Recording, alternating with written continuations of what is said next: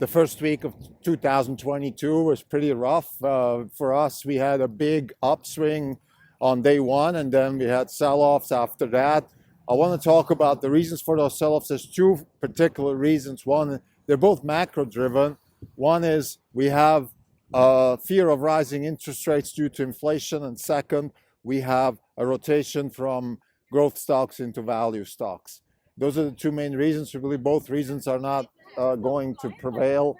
We are not changing our portfolio. In fact, we're adding to our positions because we believe that this structure of the market is not going to change. And it's just kind of wishful thinking of Wall Street, particularly the second one, where Wall Street likes to have people move from this to that and then back and forth, because trading is really what Wall Street gets paid for. Trading and having the illusion of influencing trade flows.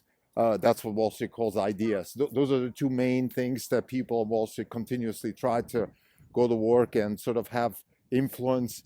It doesn't work well for them if you have a company like Tesla just generating so much wealth that everything else looks benign. And therefore, it is much more profitable for Wall Street again, and for a lot of people who are embedded with Wall Street, to have these kinds of rotations where you have people selling Tesla, buying Ford, and those sort of things. We think that is nonsense, actually very dangerous to follow that path, because a lot of these so-called value stocks are actually what Wall Street calls value traps. This is a Not Even Wrong podcast. It's January 9th, 2022. This is Delco. Since the last update, we're down roughly 2%. The market is down 0.5%. For the year, we are down 5.2%. The market's down 1.9%. We're underperforming by 3.2%. So let's get right into it.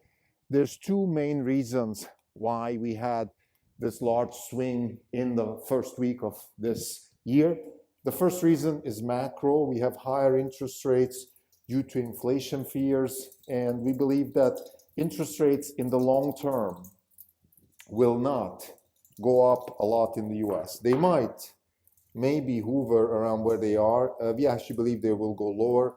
We believe that interest rates in the US are going, the long-term rates again, we're talking 10-year, 30-year, they're going to converge eventually with Japan and Europe. So we believe that actually they'll be lower. But in the short term, we might see interest rates going to levels like maybe 1.8%, 1.9%, something like that. Again, we don't think that there will be a 2 in front of the 10-year or 30-year. Actually, sorry, the 30-year has it, but it's not going to go much higher than that on the 30, and we're not going to see a 2 on the 10-year.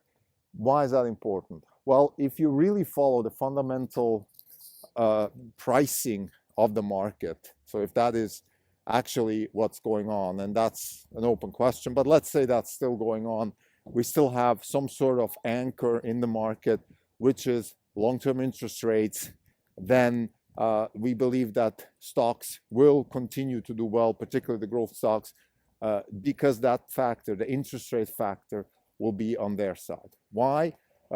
Because the main reason, to keep it short, the US government has accumulated too much debt and is sort of a slave of its own debt, and interest rates cannot be let float freely anymore, because otherwise the government would collapse and then we would have a recession and rates will come down anyway. So it's either the Fed, which is the second reason. The Fed is the largest player in the interest rates market right now, and a lot of people forget that. So when they say, oh, rates will go up, the bond markets are more important than any other market. This used to be the case in the past.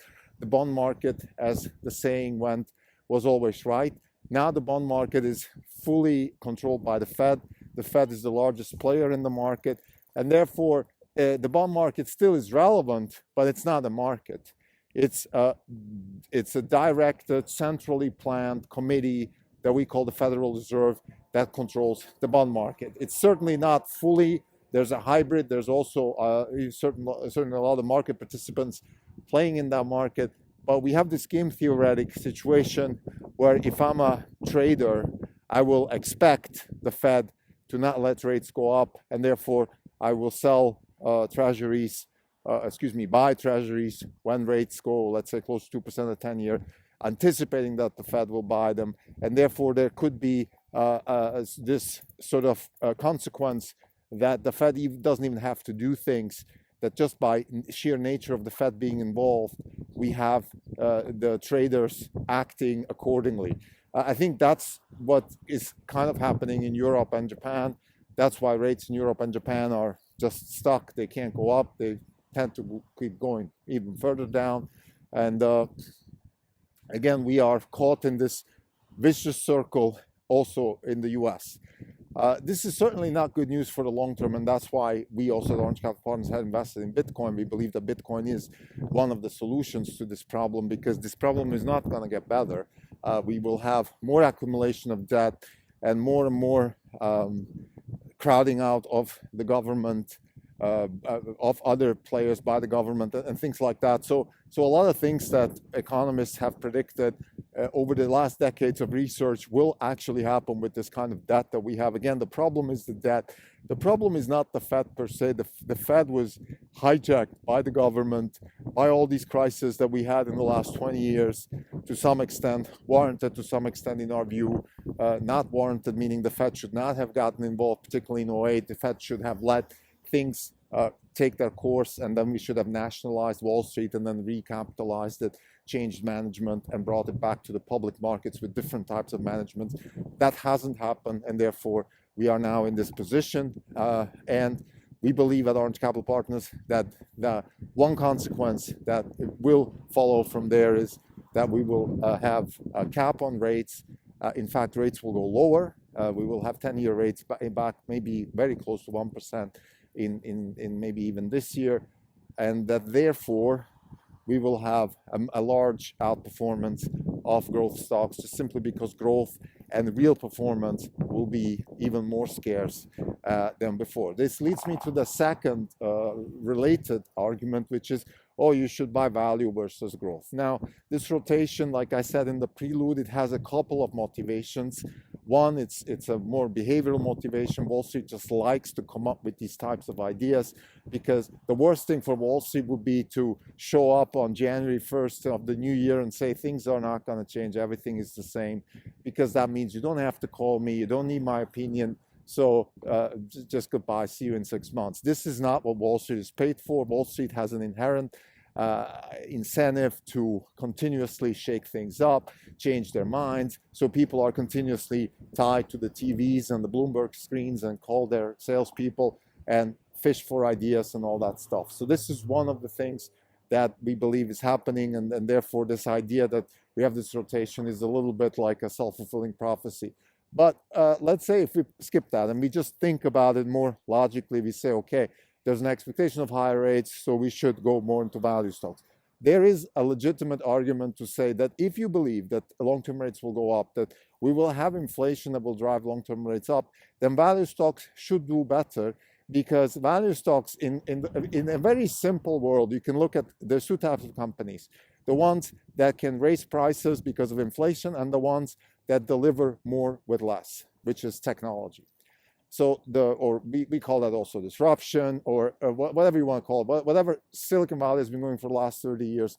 This is the latter, which is we continuously drive value, we deliver more for less, meaning we lower the price and get more value out there. A lot of it is in the software world, but now it's also becoming physical. We have the physical world, particularly Tesla. We have energy. We have all these kinds of sectors being disrupted. Disruption, again, is just another word for fundamentally new concepts and engineering practices. So we are using tech, we are using science, we are using engineering practices to drive value, to deliver better products and services. So all these things, that's what drives value in this type of company. The other part, the value companies, so the Fords, the GMs, the Walmarts, the JP Morgans, all these types of companies, they are not using any kind of technology or innovation or anything like that. They are simply just raising prices. That's the main thing that they can do. Beer companies, the traditional pharmaceutical companies, their main raison d'etre is to have a strong market position and be able to raise prices to offset inflation and things along those lines. So this is kind of in a nutshell the two types of companies. So if you now believe that we will have inflation and higher rates, then yeah, you should you should buy these so-called value stocks because they can raise prices. This is sort of the first level of analysis. Now, we are refuting that because we're saying rates will not go up in the first place. So this analysis is already falling apart. We might have inflation, but not monetary inflation. We have inflation because people are not going back to work because of the pandemic and all that stuff, which has nothing to do with the ability to raise prices. In fact, it makes it even harder for these companies to raise prices. But more importantly, and this is a Cathie Wood argument that we are actually agreeing with, which is that you have a lot of these sectors actually being disrupted. So the value which is created on the one hand by the Teslas of this world is actually being taken away from these others, from the Fords and the Exxons and all these companies. Now, this is a very daring argument, of course. There's a lot of counter arguments. Well, you can't do this. They're protected by the government. They're strong. Nobody's going to ever bring ExxonMobil down, all that stuff. Yes, of course, it's not going to happen overnight. This is a slow creeping disruption. Is like cancer. It creeps in and starts killing you slowly, and then you will have the iPhone moment and the Polaroid moment. They will come. The iPhone moment has happened in the car industry. Now the Polaroid moment, the difference being the iPhone moment is when you realize that the market has changed, and the Polaroid moment is you realize that you are actually not part of the market anymore. So when those two things happen, we believe that both of these two things will happen with the car industry. Let's specifically talk about the car industry. So this year we had an outperformance by companies like the GM, Ford, Caterpillar, John Deere, and those types, and an underperformance by, let's say, Rivian and Tesla and so on and so forth. Now, this, in our view, is wrong because of many reasons. Again, one of the main reasons being the whole interest rate argument, the macro argument, but let's put that aside. Even fundamentally, forget the macro. Within the business of Ford and GM and Deere and all these companies, you will have disruption. The new tech will come and go after them. And maybe Deere is a little bit different than GM and Ford, but it's not very different because these companies, they don't have the ability to pivot. They don't have the ability to use new practices, new engineering practices, new concepts. They're just not able to do that. They don't have the institutional fabric, the DNA to do that, and the others, the disruptors have it. So just based on that argument, it is very difficult to see any kind of value in a company like Ford or GM. Now, Cathie Wood makes the argument, I'm paraphrasing her, that you're buying the stock of Ford because they're expecting to make maybe, 150,000 F-150 electric vehicles in 3-4 years. That is a very small percentage of their sales still. But more importantly, whatever they sell on the electric side, they're disrupting themselves on the gas side, and that's where they make all the money. And it is very, very open and probably very unlikely for a company like Ford to actually be able to be profitable on the electric side. So therefore, they are being forced to cannibalize themselves into their profits, take away their profits, and not be able to offset that. So how on earth can you then buy the stock?